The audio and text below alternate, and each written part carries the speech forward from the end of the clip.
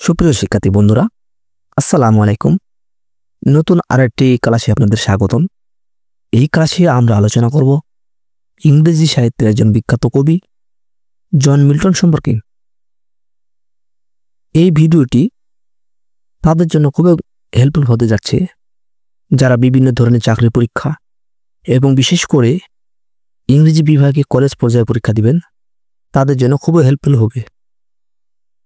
তো বন্ধুরা, পুরো ভিডিওটি দেখলে আশা করি এই লেখক সম্পর্কে পুরো কনসেপ্ট ক্লিয়ার হয়ে যাবে। তো শিক্ষার্থী বন্ধুরা, ভিডিওটি শুরু করার আগে আপনারা যারা আমার এই চ্যানেলে নতুন রয়েছেন অবশ্যই চ্যানেলটি সাবস্ক্রাইব করে দেবেন। তো চলুন শুরু করা যাক। জন মিল্টন ছিলেন ইংরেজি সাহিত্যের একজন মহাকবি, লেখক ও চিন্তাবিদ। তিনি 9 ডিসেম্বর 1608 সালে লন্ডনের একটি শিক্ষিত পরিবারে জন্মগ্রহণ করেন। তার বাবা ছিলেন একজন নোটারি এবং সঙ্গীতপ্রেমী মানুষ। ছোটবেলা থেকে মিল্টন খুব মেধাবী ছিলেন এবং নানা বিষয়ে পড়াশোনা করতেন। তিনি ক্যামব্রিজ বিশ্ববিদ্যালয়ে পড়াশোনা করেন এবং ল্যাটিন, গ্রিক, হিব্রু সহ বিভিন্ন ভাষায় দক্ষতা অর্জন করেন। তিনি শেক্সপিয়ারের সময়ের পর ইংরেজি সাহিত্যের অন্যতম গুরুত্বপূর্ণ কবি হয়ে ওঠেন।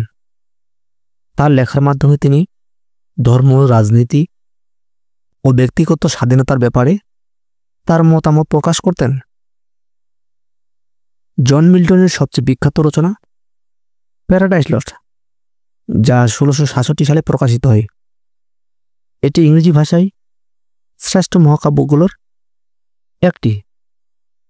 এতে আদম ও ইভের স্বর্গ থেকে বিতাড়িত হওয়ার গল্প বলা হয়েছে, যেখানে শয়তান চরিত্রটি বিশেষভাবে গুরুত্ব পেয়েছে। পরে তিনি প্যারাডাইস ডিগেন লেখেন, যেখানে যীশু খ্রিস্টের বিজয় দেখানো হয়েছে। তার আরেকটি বিখ্যাত গ্রন্থ স্যামসন অ্যাগোনাইজড, যা বাইবেলে বীর শামসনের জীবনের উপর ভিত্তি করে লেখা। তবে তিনি ধীরে ধীরে দৃষ্টিশক্তি হারিয়ে ফেলেন এবং শেষ পর্যন্ত পুরোপুরি অন্ধ হয়ে যান। কিন্তু তিনি কবিতা লেখা বন্ধ করেননি। তিনি তার লেখাগুলোকে মুখে বলে দিতেন আর তার সহকারী বা কন্যারা সেগুলো লিখে রাখতেন। জন মিল্টন শুধু একজন কবি ছিলেন না, তিনি রাজনৈতিক লেখক ছিলেন। তিনি ইংল্যান্ডের গৃহযুদ্ধের সময় রাজতন্ত্রের বিরুদ্ধে লিখেছিলেন, গণতন্ত্রের পক্ষে ছিলেন। তার লেখা অ্যারিওপেজিটিকা বইটি মত প্রকাশের স্বাধীনতার পক্ষে এক শক্তিশালী রচনা। 8 নভেম্বর 1674 সালে তিনি লন্ডনে মারা যান, কিন্তু তার সাহিত্যকর্ম আজও সারা বিশ্বে পড়ানো হয় এবং তিনি ইংরেজি সাহিত্যের ইতিহাসে চিরস্মরণীয় হয়ে আছেন।